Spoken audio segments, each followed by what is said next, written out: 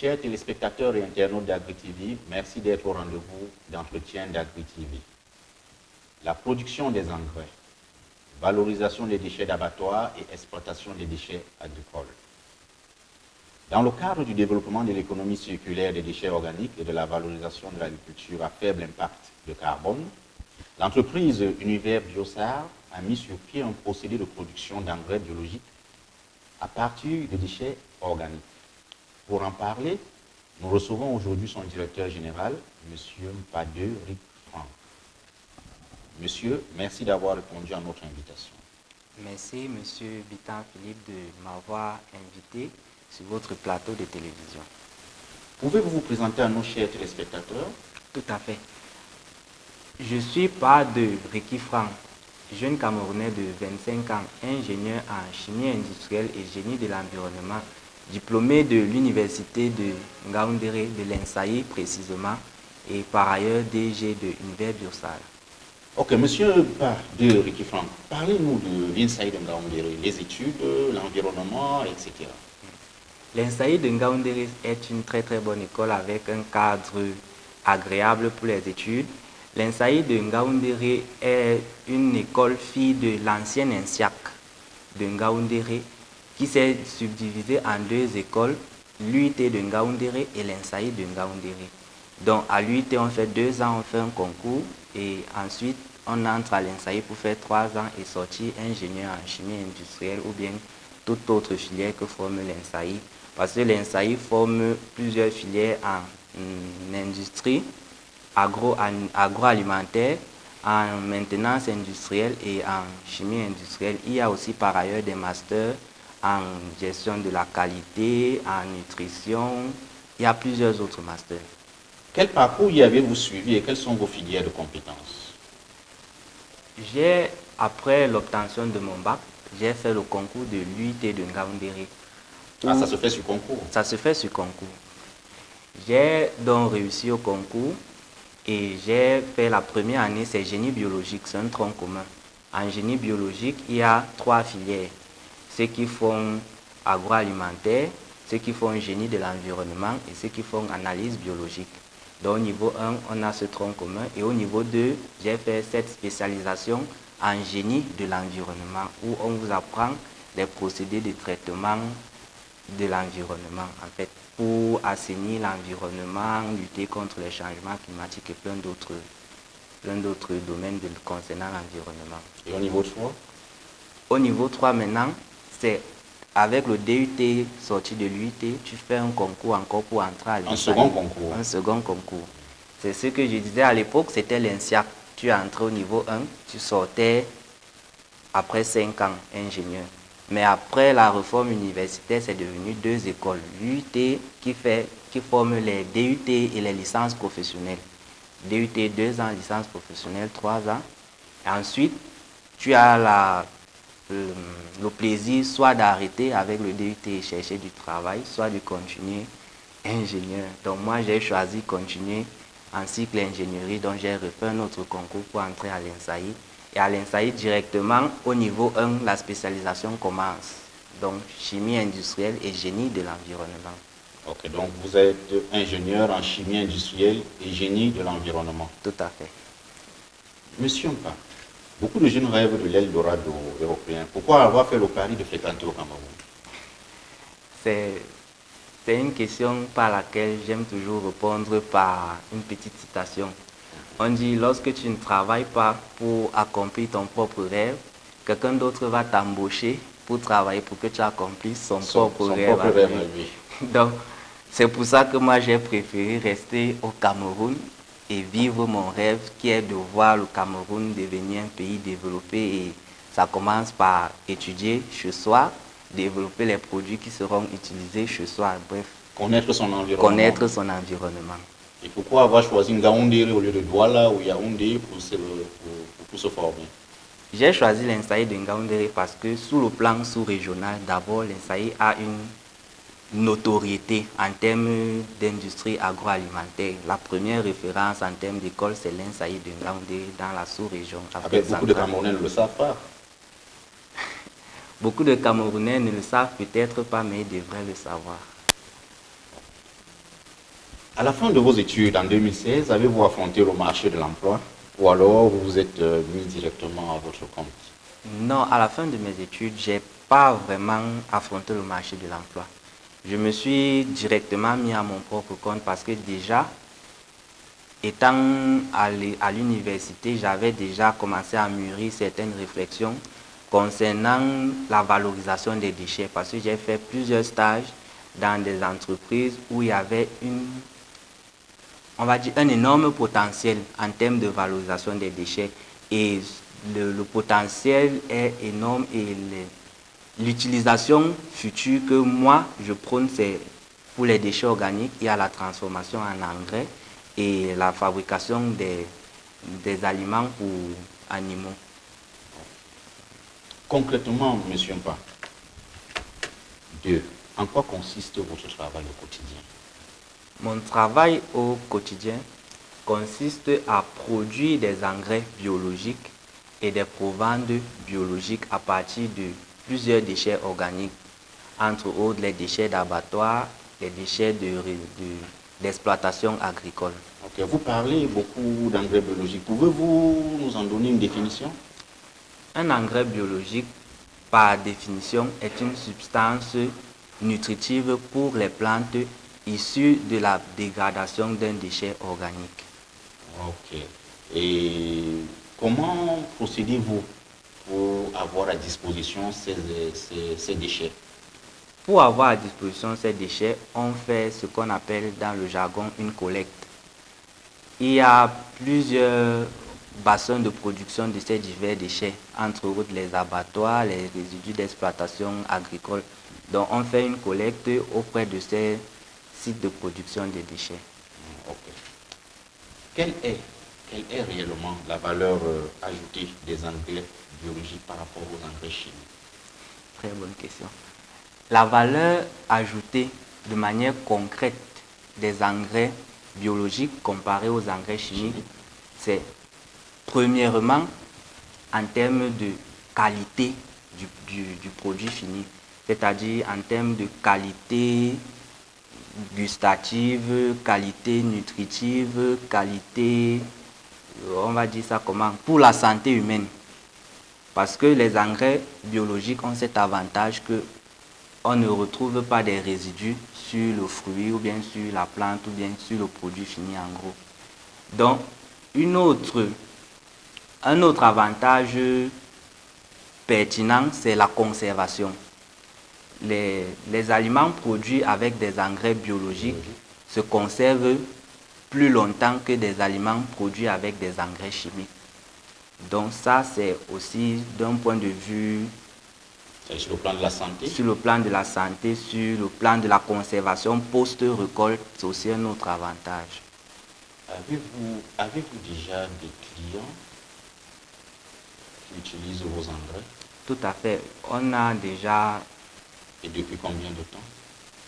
Depuis environ 4 mois déjà. On a déjà commencé à faire des tests en champ où des gens ont expérimenté cet engrais avec des résultats très probants. Quand vous dites avec des résultats très probants, c'est-à-dire? C'est-à-dire ils ont eu des résultats meilleurs avec l'utilisation de nos engrais. En termes de quantité et de qualité? En termes de qualité surtout et de quantité aussi. Parce que très souvent, on sait qu'on utilise les produits chimiques pour accroître en termes de quantité la production. Et très souvent, les produits biologiques sont là pour maintenir la qualité. C'est la raison pour laquelle je vous repose la question. C'est en termes de qualité ou de quantité? Je dis en termes de qualité surtout et de quantité aussi. Parce que les engrais biologiques, malgré le fait qu'ils n'ont pas le même rendement que les engrais chimiques, mais nous avons travaillé sur un procédé qui permet d'avoisiner ce rendement-là. Ce qui fait qu'on a pratiquement le même rendement, mais sauf que maintenant, il y a l'avantage d'avoir une meilleure qualité de produit. Okay. Vu le nombre d'abattoirs et les quantités de déchets organiques générés, croyez-vous qu'il s'agit là d'une réelle opportunité en termes d'emploi direct pour les jeunes? Je vais répondre à votre question par une petite anecdote. Lorsque moi je vois le potentiel qu'il y a en termes de déchets d'abattoir, moi j'aimerais ouvrir un abattoir uniquement pour les déchets. Pas pour la viande. Pas pour la viande. Pour vous illustrer ce que j'ai dit, essayons un peu de faire un petit calcul tout simple. Un animal abattu produit environ 12 litres de sang, équivalent à 12 kg, et environ 42 kg de contenu de panse. Ça fait les deux mélangés, ça fait 54 kg de déchets pour un seul abattoir. Là, un seul animal. Un seul animal. Oui. Là, j'enlève les cornes, j'enlève les os, j'enlève les sabots. On prend juste le minimum. Maintenant, pour abattre un animal, l'abattoir perçoit 8300. Avec 52 kg de déchets, sang et contenu de panse, transformés par notre procédé de production d'engrais, on obtient environ 30 kg d'engrais. Commercialisé à 500, 30 kg d'engrais. De vous à moi, on fait vite le calcul. On constate qu'on obtient plus avec le déchet qu'avec. Donc, c'est pour répondre à la question, en termes de rendement économique, en termes de création d'emplois, c'est une mine d'or. Oui, mais j'imagine qu'en termes de création d'emplois, il faudrait peut-être que les jeunes qui veulent se lancer dans votre domaine puissent avoir les compétences techniques comme vous avez fait l'INSEE, ou alors tout le monde peut se lancer. Dans une entreprise, il y a ce qu'on appelle des cadres et il y a ce qu'on appelle des ouvriers. Donc, pour produire ces engrais, on a besoin d'une conception technique qui fait appel à mes collègues de l'INSAI. Donc, c'est toute une équipe, je ne travaille pas, tu ne peux pas travailler dans une entreprise seule. Bien entendu. Et maintenant, après cette conception technique, on aura besoin de beaucoup d'employés pour la collecte, pour la transformation, pour l'ensachettage, pour le commercial, pour la recherche et développement, tout à fait, etc. Tout à fait, le marketing. Okay, donc nous voyons que c'est véritablement une mine d'or en termes d'emploi direct. Tout à fait. Que font très souvent les abattoirs des différents déchets issus de l'abattage des animaux? Ce qui est l'approche des différents abattoirs au Cameroun en termes de valorisation des déchets, c'était beaucoup plus une approche de transformation pour l'alimentation des animaux. Pourquoi vous dites c'était? Je dis c'était parce que lorsqu'on installait la majorité des abattoirs industriels, c'est-à-dire Yaoundé, Ngaoundéré et Douala, ils ont prévu un plan où on devait faire la cuisson du sang, le broyage des cornes et des os et des sabots. On devait avoir des poudres à haute valeur nutritive pour les aliments. Donc, ils n'ont pas forcément pensé au volet du contenu de panse et autres. Et avec l'usure du temps, certaines de ces structures ne sont plus opérationnelles. C'est pour ça que j'ai dit c'était. Et maintenant, que deviennent ces déchets? Bon, maintenant, la plupart de ces déchets sont rejetés. Une petite quantité est, on va dire, récupérée de manière artisanale ou bien de manière sporadique par quelques personnes qui connaissent l'intérêt de ces déchets. Et la grande partie va où? La grande partie est rejetée. Et où? La grande partie est rejetée, bien sûr, dans l'environnement. Dans l'environnement. Et qu'est-ce que ces déchets organiques rejetés dans l'environnement peuvent avoir comme, comment dirais-je? Comme impact. Comme impact. En termes d'impact, les déchets d'abattoir, l'impact le plus significatif, c'est au niveau des cours d'eau. Ils créent ce qu'on appelle le phénomène d'eutrophisation. C'est-à-dire? C'est-à-dire la disparition des cours d'eau due à l'accroissement de la végétation. C'est-à-dire, comme c'est d'énormes sources d'azote, d'énormes sources de nutriments, lorsqu'ils sont rejetés dans l'environnement et généralement dans les cours d'eau, tellement ils sont riches que les plantes vont se développer dans ce cours d'eau-là et diminuer le lit du cours d'eau. Et la conséquence? La conséquence, c'est que le cours d'eau s'assèche et a tendance à disparaître. Comme tout métier, nous pensons qu'il existe des difficultés. Quelles en sont les vôtres? La première difficulté pour moi dans le métier que je fais, c'est la perception que les gens ont du déchet. Parce que moi, je préfère, au lieu d'utiliser le mot déchet, utiliser le mot résidu. Parce que lorsqu'on sort du mot déchet, on se rend compte qu'un résidu peut devenir une matière première pour une autre industrie parallèle. Donc ça, c'est la première difficulté. Ce qui fait que les gens ont une petite appréhension par rapport aux produits finis qui sortent des déchets. Ce qui fait que ça n'encourage pas à se lancer dans le secteur. Ça, c'est la première difficulté. La seconde difficulté maintenant, c'est au niveau de... je vais dire ça comment? La seconde difficulté, c'est au niveau de l'équipement. L'équipement qu'il faut pour traiter, pour manutentionner, pour manipuler une certaine quantité de déchets n'est pas facilement accessible. Donc il faut, comme on dit, beaucoup de courage pour se lancer. Et parfois, c'est un facteur limitant. Est-ce que ces résidus que vous manipulez ne peuvent pas vous rendre malade si vous n'êtes pas bien protégé, par exemple? Tout à fait. Il faut une batterie d'équipements de protection individuelle pour pouvoir au moins manipuler ces déchets-là sans risque pour soi-même. Et l'accès à ces résidus, les abattoirs vous les donnent facilement? Les abattoirs ne les donnent pas facilement, mais en même temps, ils ne les utilisent pas. Du coup, la matière première est accessible. Il faut juste avoir, comment on va dire, le courage et savoir ce qu'on veut. Et savoir ce qu'on veut, tout à fait.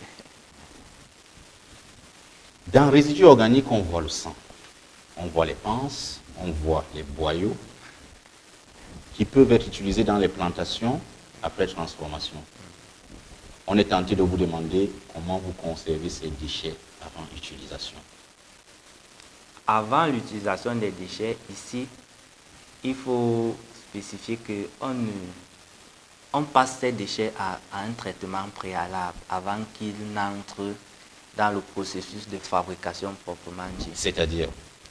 C'est-à-dire, on stabilise les déchets de telle sorte qu'ils ne soient pas... on ralentit leur cycle de dégradation pour pouvoir les utiliser de manière un peu plus saine. Et après, le produit fini, qui est l'engrais biologique ou bien qui est l'aliment, est aussi déjà stable. Donc, il peut se conserver pendant une longue période, du moment où il n'est pas en contact avec l'eau. Parce que lorsqu'il est en contact avec l'eau, le processus biologique peut reprendre. Bon, là, c'est en termes techniques. Vous allez essayer de nous expliquer ça en termes simples. Je prends un exemple. Vous avez un seau de sang, pour parler terre à terre, que vous récupérez à l'abattoir de Yaoundé. Comment vous conservez ce seau de sang avant utilisation? Quelles sont les étapes de conservation avant que ça n'entre dans le cycle que vous décriviez tout à l'heure? Lorsqu'on récupère l'exemple que vous avez pris, le sang, la première des choses qu'on fait, c'est de cuire et sécher. Voilà. Lorsqu'on a fait la cuisson et le séchage du sang, il est déjà stable et il peut maintenant entrer dans le processus sans beaucoup. Vous voyez que j'avais raison de poser la question parce que je ne savais pas que dès qu'on récupère le sang, on le cuit et on le sèche. Tout à fait. Ok. Quel est l'impact socio-économique de la transformation de ces déchets? L'impact socio-économique de la transformation des déchets, si on prend au point de vue social, le déchet c'est quelque chose qui est nuisible entre guillemets. Donc ça crée des nuisances en termes d'odeur, l'odeur, ça met mal à l'aise en termes de visuel, c'est pas esthétique. Donc rien que sur ce point de vue-là, transformer les déchets d'un point de vue social, ça améliore le quotidien, ça améliore l'environnement des gens qui sont auprès de ces sources de production de déchets. En termes social aussi, ça crée des emplois. Parce que qui dit transformation dit main d'œuvre pour cette transformation. Donc ça crée des emplois. Ensuite, sur le plan économique, un déchet qui était destiné à aller en brousse, comme on dit dans le jargon populaire, maintenant devient une matière première qui crée de la richesse. Une matière première à haute valeur ajoutée. Donc, avec le déchet, maintenant, plusieurs familles peuvent vivre de l'économie du déchet. Donc, l'économie du déchet. Donc, tout à fait. L'économie du déchet crée des emplois. Crée des emplois. Okay. Cette méthode de production et de valorisation des déchets d'abattoir, est-ce une innovation au Cameroun? Tout à fait, c'est une innovation au Cameroun. Parce que, et pas qu'au Cameroun, soit dit en passant. Parce que pour un peu faire l'historique de la gestion des déchets, à l'Antiquité, la gestion des déchets se faisait par enfouissement. Donc on crée une fosse et on jette les déchets. Après, on est passé à l'étape où il faut commencer à gérer les déchets. On a commencé à réfléchir sur les méthodes de transformation. Donc, pour le cas de ce qui nous intéresse, les déchets organiques, il y a eu plusieurs procédés qui ont déjà été développés. Entre autres, le compostage, le biogaz, la biométhanisation pour produire le gaz. Il y a une panoplie de déchets, de procédés qui traitent les déchets organiques. Mais l'innovation ici, c'est en termes de temps. Parce que tous les procédés que je vous ai cités, que ce soit le compostage, que ce soit la biométhanisation, ce sont des procédés longs en termes de temps. Par exemple, le compostage, c'est minimum 3 mois. Vous imaginez, pour une structure qui produit environ 20 tonnes de déchets organiques par jour, si tu dois traiter 20 tonnes en un jour, attendre 3 mois pour que le produit fini sorte, c'était pas évident. C'est pour ça que beaucoup de personnes avaient un peu de doute sur l'économie du déchet. Par contre, avec notre procédé, l'innovation principale, c'est la durée du temps, la durée du processus. En 24 heures, on quitte du déchet à l'engrais. En 24 heures, on quitte du déchet à l'aliment pour animal. Donc, c'est ça la principale innovation. Notre procédé permet de réduire le temps de production d'un engrais. Tout à fait. Et toujours en termes d'innovation, vous êtes les pionniers au Cameroun? Au Cameroun, on peut dire que nous sommes les pionniers. En Afrique centrale? En Afrique centrale aussi. En Afrique de l'Ouest? En Afrique de l'Ouest, en fait, comme je vous ai dit, pas qu'au Cameroun, mais d'un point de vue international, il n'y a pas une méthode qui est développée où en 24 heures, tu as de la matière première et tu arrives à la fin. Monsieur Bade, vous en êtes certain? Certain. Vous nous avez dit fabriquer également des aliments pour animaux. Quelle est la particularité de ces aliments? La particularité de ces aliments ici, c'est qu'on utilise, je vais dire ça comment, on utilise la ressource locale. Donc, en plus du sang, de la poudre de sang et de la poudre des cornes des abattoirs, on utilise aussi les résidus d'exploitation agricole tels que le tronc de bananier, les peaux de bananier, les peaux de banane, les épluchures de maïs, les rafles de maïs, bref, une panoplie de sous-produits agricoles comme ça que on traite et on inclut dans l'alimentation pour bétail ou bien pour animaux. En fait, avec vous, rien ne se perd, tout se transforme. Rien ne se perd. Tout est une matière première pour une autre industrie. Dans le cadre des engrais biologiques, vous avez parlé des abattoirs. Comment procédez-vous pour avoir les déchets qui serviront à la fabrication des aliments pour animaux?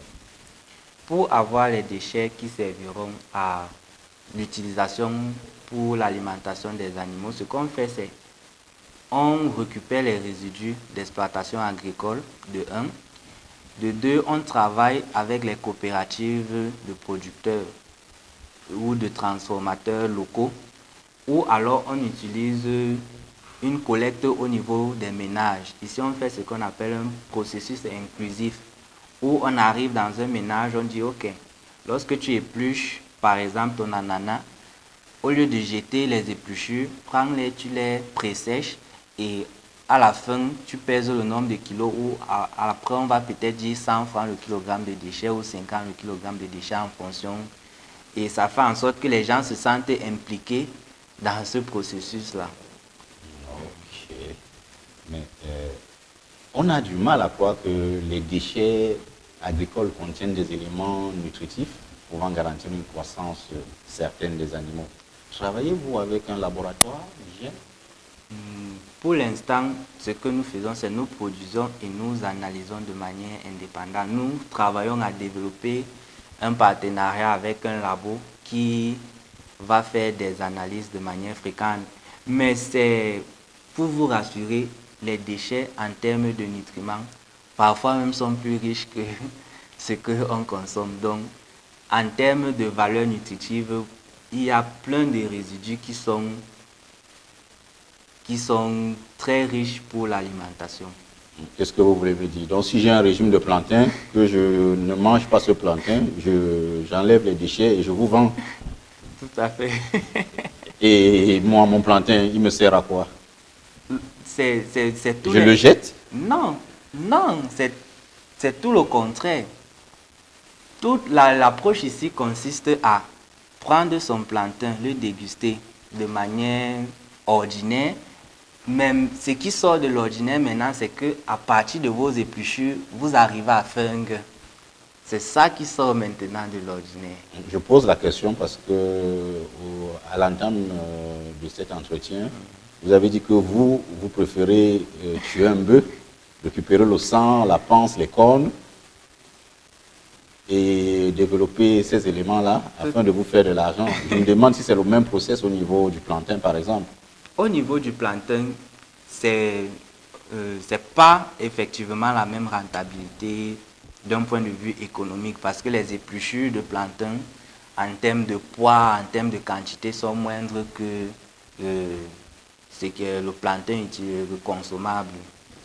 Donc, mais on peut toujours aller dans ce sens et dire que avec du plantain, on fait de l'alimentation pour humains, dans notre alimentation nous-mêmes. Maintenant, le résidu crée la richesse parce que ça permet encore de gagner un peu d'argent. Ou bien si on a soi-même son élevage, au lieu de ça nous enlève le budget pour vendre et ça nous rentabilise notre élevage. D'accord. Avez-vous déjà, dans ce cas, des clients pour ces aliments ainsi que des stocks suffisants si jamais il arrivait qu'on vous passe une grosse commande? Tout à fait, tout à fait. J'ai des clients qui utilisent déjà ces aliments pour animaux là et j'ai déjà aussi travaillé avec certaines personnes où je pars directement in situ, donc dans son exploitation agricole où il fait l'agriculture et l'élevage, où j'installe une petite unité où avec ses résidus d'agriculture, il transforme directement pour son élevage annexe. Donc notre entreprise propose tous ces deux services-là. Si vous n'avez pas d'exploitation agricole, vous n'avez pas de déchets, on vous vend la provence. Mais si vous avez suffisamment de déchets que vous pouvez vous-même transformer, vous payez juste notre expertise et on vient sur votre site, on vous installe une petite unité qui vous permet de transformer vous-même vos déchets sur site. Et cette petite unité, vous la fabriquez vous-même, votre entreprise la fabrique? Tout à fait, notre entreprise la fabrique. Elle peut coûter combien pour ne pas être discret? Ça dépend de la taille, en fait, de votre exploitation. Si vous avez une exploitation qui produit des tonnes et des tonnes de déchets, le prix ne sera pas le même. Il va de soi. Voilà. Donc, le prix n'est pas standard, en fait. Ça dépend du contexte de l'exploitation agricole.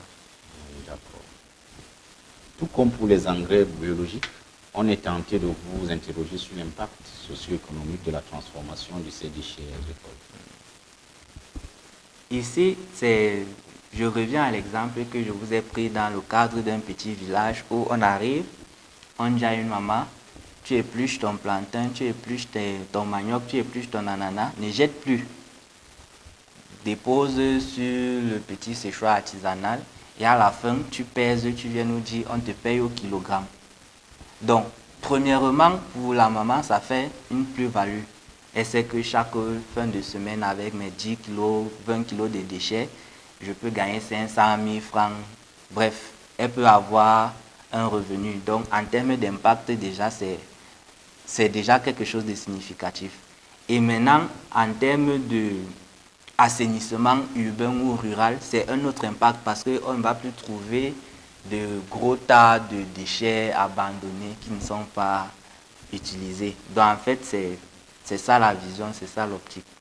Monsieur Mpa, vous avez de la matière première si on voit les quantités de déchets qui se retrouvent souvent en ville. Tout à fait, tout à fait. Vous vous positionnez sur des secteurs innovants. L'administration camerounaise vous soutient-elle? Bon, jusqu'ici, l'administration camerounaise, je peux dire qu'elle me soutient. Comment? L'administration camerounaise, au niveau je vais dire ça comment, du ministère des Mines et du Développement technologique, à leur niveau, ils favorisent l'obtention du brevet. Donc, ils subventionnent l'obtention des brevets. Ça, c'est un gros, ce qui n'est un appui non négligeable. En termes... Quand vous dites obtention du brevet, essayez d'expliquer pour qu'on puisse comprendre mieux. Bon, lorsque vous avez une idée, si vous allez directement à l'API avec cette idée, vous allez payer au bas mot 500 000 pour avoir le brevet, l'étude d'antériorité et tout le reste qui va avec.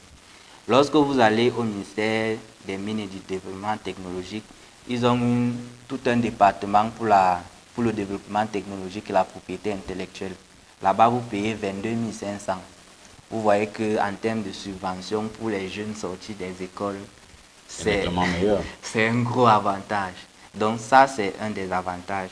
Un autre des avantages, c'est que actuellement, il y a beaucoup de programmes sur l'insertion jeune, le plan triennal et tout, où on est en train de postuler et on espère que le projet sera retenu parmi les projets à financer. Donc, on peut dire que l'État camerounais essaye de mettre un cadre qui permettra l'éclosion de ce genre d'initiative. Donc, tous ces programmes et toutes ces améliorations que je venais d'évoquer sont portés à la fois par le MINJEC et le MINADER et plein d'autres ministères qui essayent de développer un cadre propice pour l'épanouissement de l'entrepreneuriat jeune. Il y a le ministère des PME, il y a plein d'autres secteurs gouvernementaux comme ça. Il existe au Cameroun et ailleurs les journées dédiées à l'innovation ou à la recherche. Y avez-vous déjà participé? Bon, à titre personnel, pas encore. Nous n'y avons pas encore participé parce que nous sommes une jeune entreprise. Nous venons juste de commencer.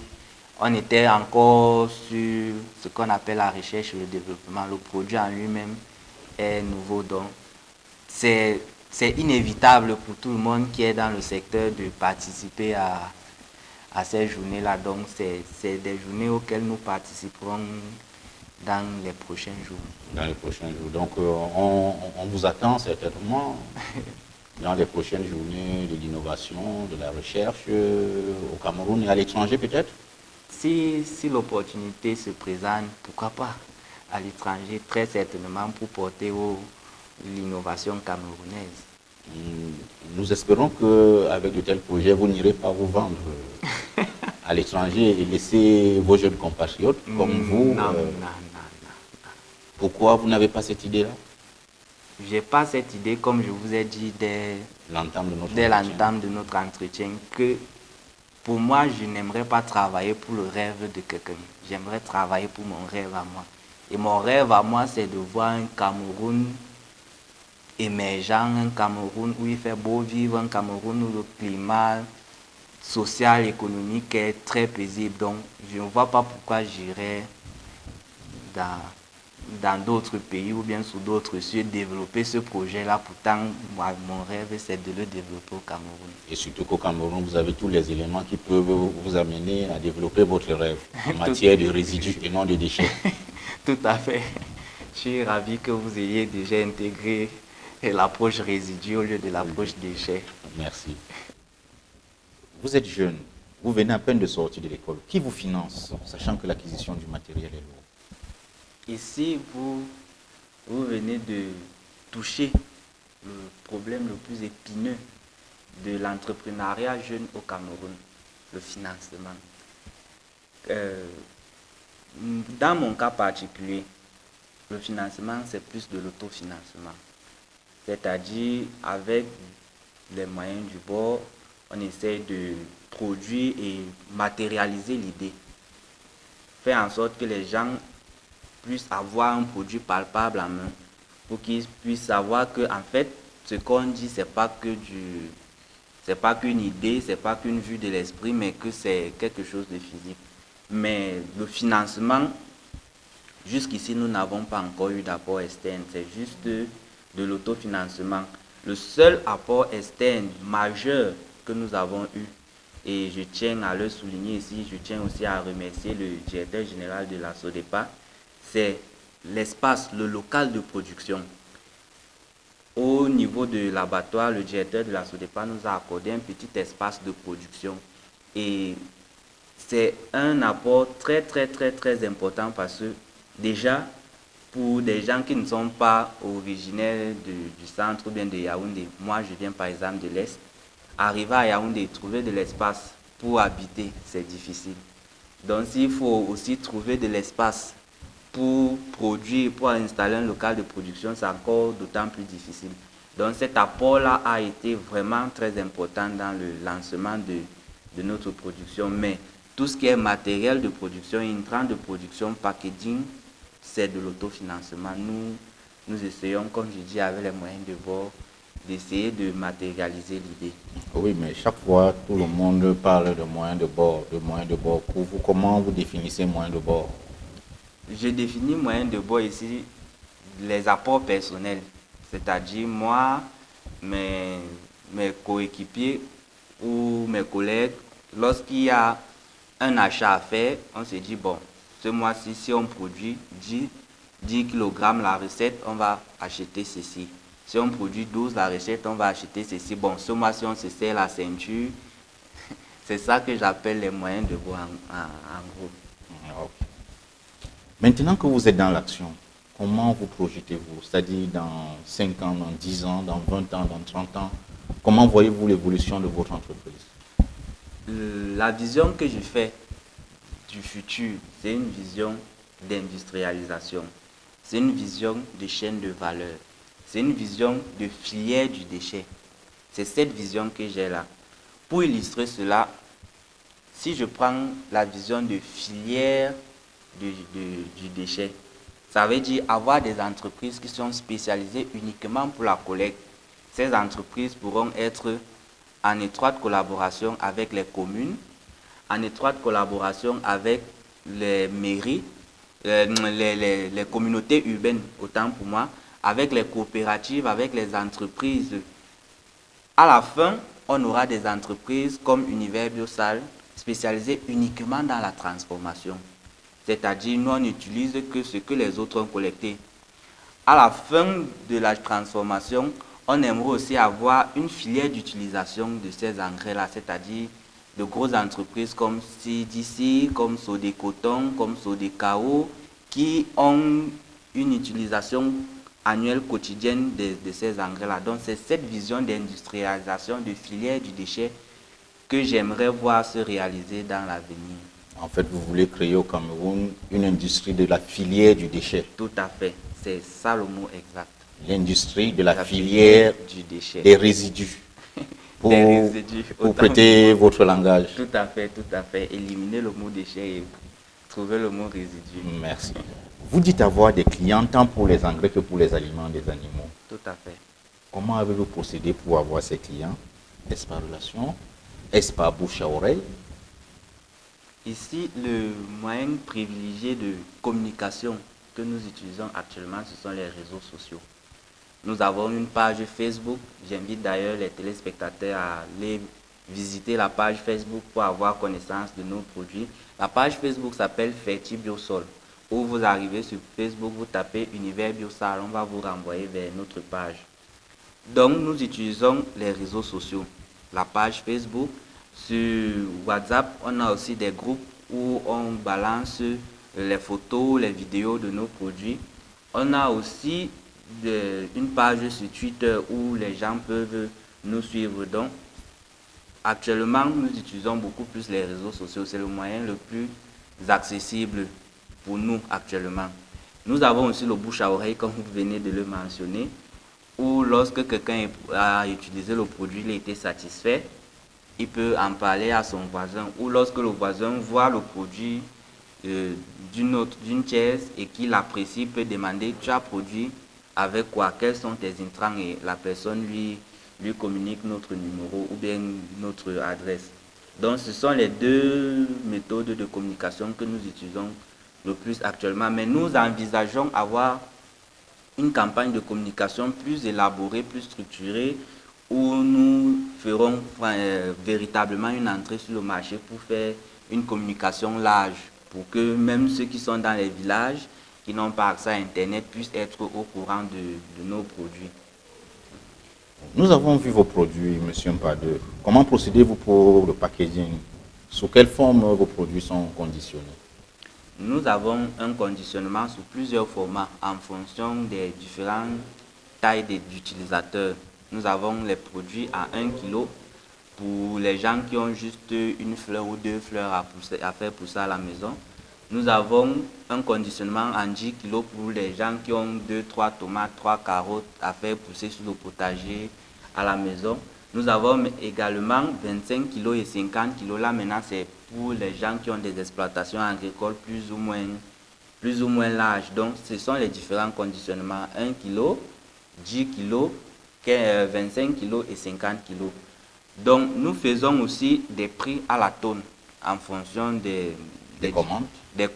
Si quelqu'un commande pour 15 hectares, on calcule ensemble avec la personne ou bien avec son agronome le nombre, la quantité d'engrais nécessaires pour ces 5 hectares de plantain, d'ananas, je ne sais pas moi.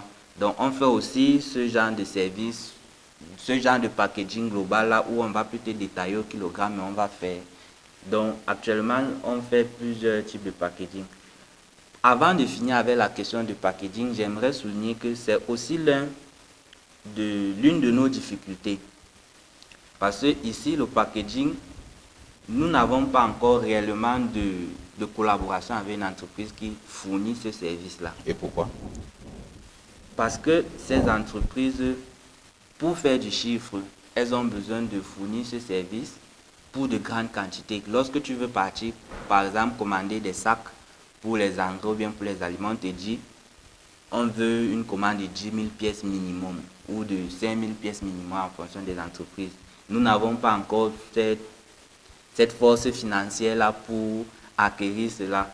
Ce qui fait que nous allons chez des revendeurs acheter à l'unité. Et ça vous revient plus cher. Et ça revient plus cher. Donc nous souhaiterons avoir ce genre de collaboration pour diminuer le coût de production et très certainement diminuer le prix final de l'engrais ou bien de l'aliment sur le marché. Au démarrage de votre projet, vous avez fait certainement un business plan. Et d'après ce business plan, au bout de combien de temps une activité comme la vôtre peut être rentable? C'est une très très bonne question. Comme toute activité, avant de se lancer, il faut bien effectuer ce qu'on appelle un business plan pour savoir si on ne fonce pas tout droit dans le mur. Nous avons essayé de faire une petite étude du marché. Nous avons essayé de faire une analyse de ce que nous avons besoin en termes de campagne. Je suppose que l'étude de marché vous a montré que vous étiez les seuls sur le terrain. Nous ne sommes pas les seuls sur le terrain, mais sur le marché, il y a une très très très grande demande. Figurez-vous, pour atteindre son autosuffisance alimentaire, le Cameroun a besoin d'importer 500 000 tonnes d'engrais. Ça, c'est ce que le Cameroun a besoin pour atteindre son autosuffisance. Le Cameroun, la sous-région. Le Cameroun. Et sur ces 500 000, le Cameroun importe la moitié. 250 000 tonnes. À peu près. Ce qui fait que le Cameroun, c'est un marché sous-régional. Donc, ce qu'on importe n'est pas déjà suffisant. En plus de ça, on partage encore avec nos amis des pays voisins. Vous voyez, il y a, en termes de marché, il y a un très large potentiel. Il y a une grosse demande. Il y a une grosse demande. Parfois, les gens cherchent même les engrais. Les engrais, ils ne trouvent pas. Et pour aller un peu plus en avant, On a, selon les données de la Banque mondiale, l'utilisation des engrais à l'hectare. Lorsqu'on prend les pays amis et voisins comme la Côte d'Ivoire, ils ont une utilisation à l'hectare de 50 kg. Lorsqu'ils font une moyenne nationale, chez eux, ils ont une utilisation de 50 kg à l'hectare. Or, nous, le Cameroun, nous sommes à peine à 10 kg à l'hectare. Vous êtes sérieux là? Tout à fait. Vous pouvez vérifier ces données de la Banque mondiale, là, elles existent. Ce qui fait que, en termes de rendement agricole, pour améliorer notre rendement agricole, nous avons besoin d'augmenter notre utilisation du nombre de kilogrammes d'engrais à l'hectare. En tout cas, un gars comme moi, je comprends pourquoi le Cameroun est le premier producteur d'aucune variété de produits vivrières. Le rendement s'accompagne avec les engrais. Tu utilises moins d'engrais, tu es moins producteur. Donc, en fait, vous voyez, il y a tout ce travail-là à faire. Donc, nous avons besoin de développer vraiment la filière engrais au Cameroun. Parce qu'il est inadmissible de parler de l'agriculture de seconde génération. On va promouvoir l'agriculture de seconde génération. On va atteindre l'autosuffisance. On veut avoir une agriculture à faible impact et tout. L'agriculture est liée au changement climatique. Pour avoir 200 tonnes de maïs, tu as besoin de dévaster toute une forêt. Tu n'auras plus besoin de dévaster la même quantité de forêt si tu utilises l'engrais. C'est-à-dire que même en termes de changement climatique, même en termes d'impact carbone, l'utilisation des engrais bio, il faut le préciser, l'utilisation des engrais bio peut permettre de résoudre un tas de problèmes. Donc il y a tout ce travail à faire, il y a toute cette filière engrais au Cameroun qu'il faut développer et limiter les importations. Et il y a également toute l'information à faire passer. Toute l'information à faire passer, tout à fait. Toutes les campagnes qui pourront être gouvernementales, privées ou tout le reste. Monsieur Mpadeu, les professionnels disent que pour nourrir les animaux, il faut un pourcentage de nutriments. Vous nous dites qu'avec 100% de déchets organiques, vous arrivez au même résultat. Comment est-ce possible? C'est possible de la manière la plus banale. Pour nourrir un animal, on a besoin d'un apport en protéines, un apport en glucides, un apport en sels minéraux, vitamines, un apport en lipides et tous les autres nutriments. Or, chaque type de déchet est riche en un élément nutritif précis. Parfois, d'autres sont riches en plusieurs éléments nutritifs à la fois. Donc, il suffit de connaître la demande de l'animal pour savoir quelle est la formulation à partir des ressources que tu disposes pour formuler ton aliment. Je prends un exemple. On connaît que, par exemple, le sang est riche en lipides, glucides et protéines. On connaît que la peau de plantain ou bien la peau d'ananas est riche en protéines. On connaît, par exemple, que la cabosse de cacao qui est très utilisée, qui est très répandue. Donc, on a des mines et des mines et des mines de cabosse de cacao dans toutes les exploitations de cacao. On connaît que la cabosse de cacao est riche en sels minéraux, est riche en vitamines et autres. Donc, lorsque tu connais la composition de tes déchets, tu connais le besoin de l'animal, il te devient maintenant très aisé de formuler un aliment complet pour atteindre ce rendement dont vous parlez. Aussi simple que ça. Aussi simple que ça. Il suffit juste de connaître le besoin et de connaître la composition du déchet. À partir de là, dès que tu es scientifique, tu fais quelques calculs et tu trouves la formulation exacte et appropriée. Okay. Dites-nous, quel est le bon argument à employer pour qu'un agriculteur utilise vos engrais biologiques à la place des engrais chimiques qu'il a l'habitude d'utiliser depuis les indépendances, depuis 20 ans, 30 ans. Et pour les éleveurs également. Quel est l'argument que vous employez? Concernant les engrais, le premier argument que je vais utiliser, c'est la qualité du produit fini. Il y a toujours un truc qui me gêne lorsque je parle des engrais chimiques et des engrais biologiques, beaucoup de gens me disent le rendement, le rendement, le rendement. Oui, tous les experts. Vous savez que nous sommes dans un monde capitaliste Mais- dont les gens parlent rendement. C'est pour la raison pour laquelle beaucoup de gros industriels, beaucoup de grosses entreprises utilisent les pesticides, les produits chimiques. Je suis pas de cet avis. Figurez-vous, monsieur Philippe Bitan, que le tiers de la production agricole mondiale va en brousse. Explication. C'est-à-dire, si on produit 100 kg dans le monde, 100 kg de produits agricoles, 30 iront en brousse, donc le tiers à peu près. Ça sera jeté, ça ne sera pas consommé. Donc, la question que je me pose souvent, est-ce qu'il suffit d'être borné sur le rendement et au final jeter, ou est-ce qu'il faut mieux organiser? Il vaut mieux organiser, produire bio, produire sainement et consommer tout ce que nous produisons. Et pour illustrer cela, la différence majeure, l'une des différences majeures, le bon argument entre les engrais chimiques et les engrais biologiques, c'est la conservation post-récolte. Et c'est cette conservation post-récolte qui est responsable du nombre de produits agricoles qui ne sont pas consommés. Parce qu'avec les engrais chimiques, le produit se conserve moins. On a besoin d'une batterie d'entrepôts frigorifiques et autres pour conserver le produit, ce qui n'est pas accessible à tous.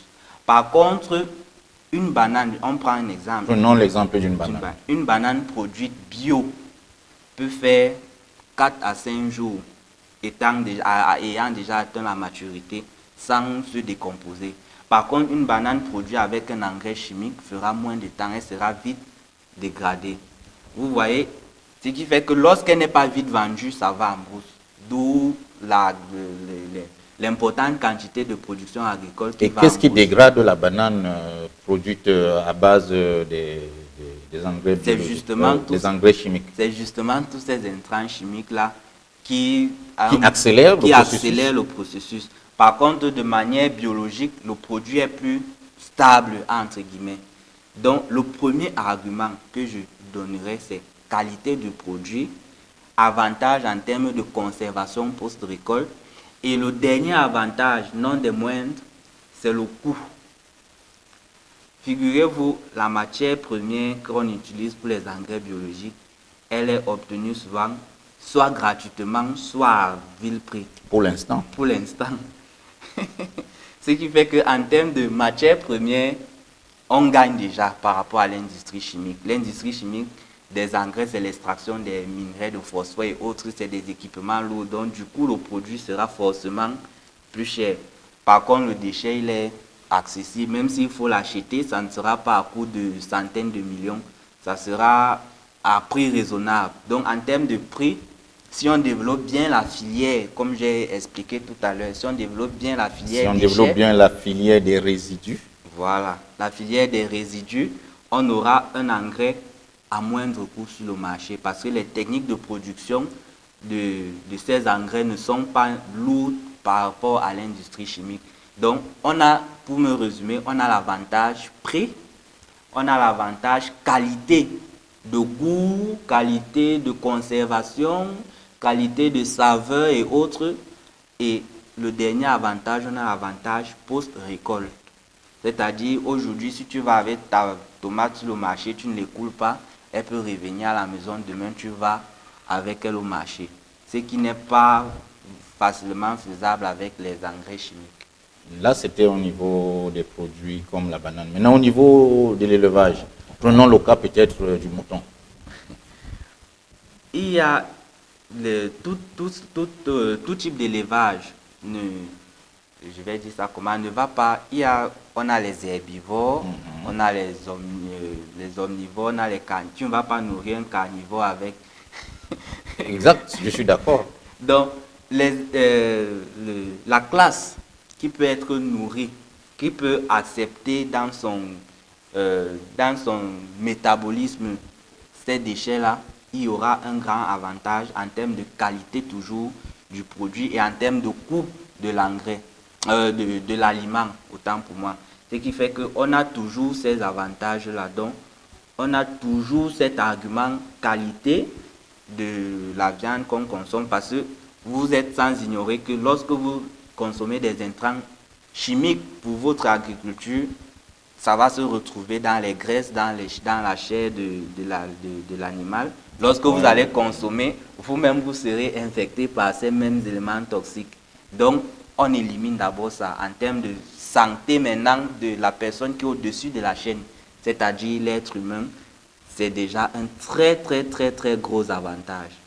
Et maintenant, en termes de coût aussi, parce que, comme je le disais jusqu'ici, la matière première est accessible soit gratuitement, soit à très bas prix. Nous sommes arrivés au terme de notre entretien, M. Mpadieu. Avez-vous un mot à dire à l'endroit des jeunes, tout d'abord, de l'État ensuite et des potentiels partenaires? Je vais commencer par m'adresser à la jeunesse.